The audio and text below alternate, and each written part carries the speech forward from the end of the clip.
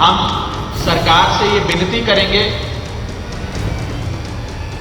कि मुख्यमंत्री का पद छोड़ने के बाद राष्ट्रीय संयोजक आम आदमी पार्टी अरविंद केजरीवाल जी को, क्योंकि वे एक राष्ट्रीय पार्टी के राष्ट्रीय संयोजक हैं, उन्हें एक सरकारी आवाज मिले। ये हमारी मांग है, मेरी मांग है बतौर कार्यकर्ता। एक महत्वपूर्ण विषय पे आप सबको संबोधित करने के लिए इस प्रेस वार्ता का आयोजन किया गया है। साथियों, हमने माननीय मुख्यमंत्री अरविंद केजरीवाल जी, आम आदमी पार्टी के राष्ट्रीय संयोजक अरविंद केजरीवाल जी का इस्तीफा देखा और इस्तीफे से पूरे देश में एक बात साबित हो गई है कि केजरीवाल को कुर्सी का लालच नहीं है, केजरीवाल को पद या पावर का लालच नहीं है, लेकिन हां, उन्हें एक चीज की लालसा है और वो है इस देश की राजनीति में नैतिकता की। एक चीज वो चाहते हैं, वो है राजनीति में मर्यादा, और नैतिकता और मर्यादा को ऊपर रखते हुए उन्होंने अपनी ईमानदारी की अग्नि परीक्षा देने का फैसला लिया। हम एक ऐसे दौर में जीते हैं जहां एक छोटा सा नौकरी करने वाला शख्स भी, कोई चपरासी भी अपनी नौकरी से इस्तीफा नहीं देता, चिपका रहता है कुर्सी से। इस दौर में, इस कलयुग में अरविंद केजरीवाल जी ने 2 बार मर्यादा और नैतिकता को मानते हुए अग्नि परीक्षा देने का काम किया, 2 बार इस्तीफा दिया। एक बार 49 दिन की सरकार जब बनी थी नैतिकता के आधार पर, और आज मर्यादा को तवज्जो देते हुए। साथियों, किसी संविधान ने, किसी कानून ने या किसी कोर्ट ने केजरीवाल जी को इस्तीफा देने के लिए नहीं कहा, लेकिन उन्होंने जनता की अदालत को चुना है। आज एक साधारण सा दिल्ली का पार्षद जब अपना 5 साल का कार्यकाल पूरा करता है तो उस 5 साल में वो बड़ी गाड़ियां, बड़े महल, कोठियां, जमीन, जायदाद बना लेता है। आप अनगिनत ऐसे उदाहरण जानते हैं कि जब पार्षदी का चुनाव लड़ा था कॉर्पोरेटर काउंसलर बनने का, तो स्कूटर पर आकर प्रचार किया करते थे। अब BMW मर्सिडीज में घूमते हैं और बड़ी 2000-3000 गज की कोठी में रहते हैं। ये एक पार्षद की फाइनेंशियल ट्रेजेक्टरी हम देखते हैं 5 साल के भीतर, जो दिल्ली में हो जाती है। और दूसरी तरफ राजनीति में नैतिकता, ईमानदारी, मर्यादा और शुद्धता का उदाहरण है अरविंद केजरीवाल, कि 10 साल से अधिक मुख्यमंत्री रहने के बाद भी आज केजरीवाल जी के पास अपना घर नहीं है, संपत्ति नहीं है, जायदाद नहीं है। साथियों, संपत्ति ना होना और अपना घर ना होने के कारण अरविंद केजरीवाल जी एक दूसरे निवास स्थान में प्रवेश करेंगे, अपना घर छोड़कर, सरकारी निवास छोड़कर, और सारी सुविधाएं त्यागेंगे। जितनी भी फैसिलिटीज और बेनिफिट्स बतौर मुख्यमंत्री मिलती हैं, उन सबको त्यागेंगे और त्याग करके जनता की अदालत में जाएंगे, क्योंकि ये लड़ाई सत्ता बदलने की नहीं है, व्यवस्था बदलने की। लेकिन इसके साथ साथ उनके निवास स्थान से संबंधित एक महत्वपूर्ण विषय आज मैं इस प्रेस कॉन्फ्रेंस में उठाना चाहता हूं, बतौर आम आदमी पार्टी प्रवक्ता, सांसद, कार्यकर्ता और बतौर एक नागरिक इस देश का। आम आदमी पार्टी इस देश की फास्टेस्ट ग्रोइंग पॉलिटिकल पार्टी है।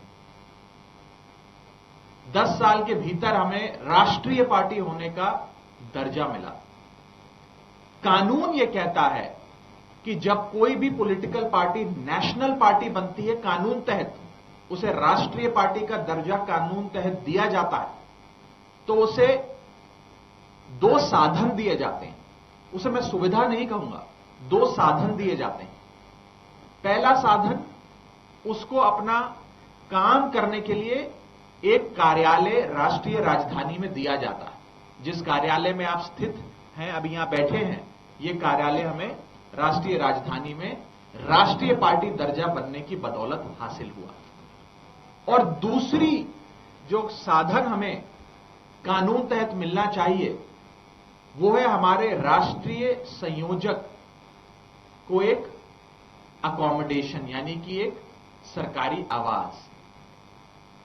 इस देश में कई राजनीतिक दल, राष्ट्रीय पार्टियां बने समय समय पर, और उन्हें समय समय पर उनके राष्ट्रीय अध्यक्ष हों या राष्ट्रीय संयोजक हो, उन्हें राष्ट्रीय राजधानी यानी कि दिल्ली में एक मकान, एक सरकारी आवास दिया गया।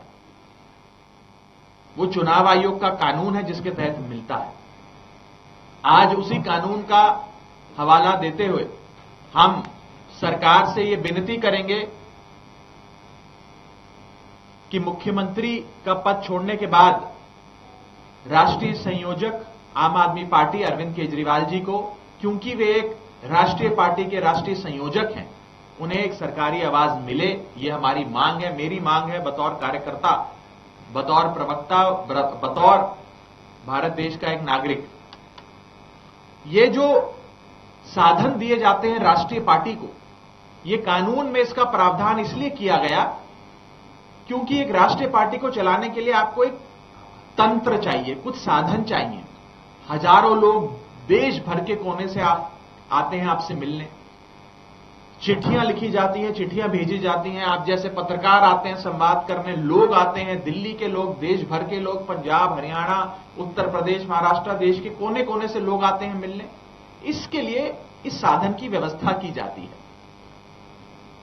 एक साधन है यह हमारा राष्ट्रीय कार्यालय।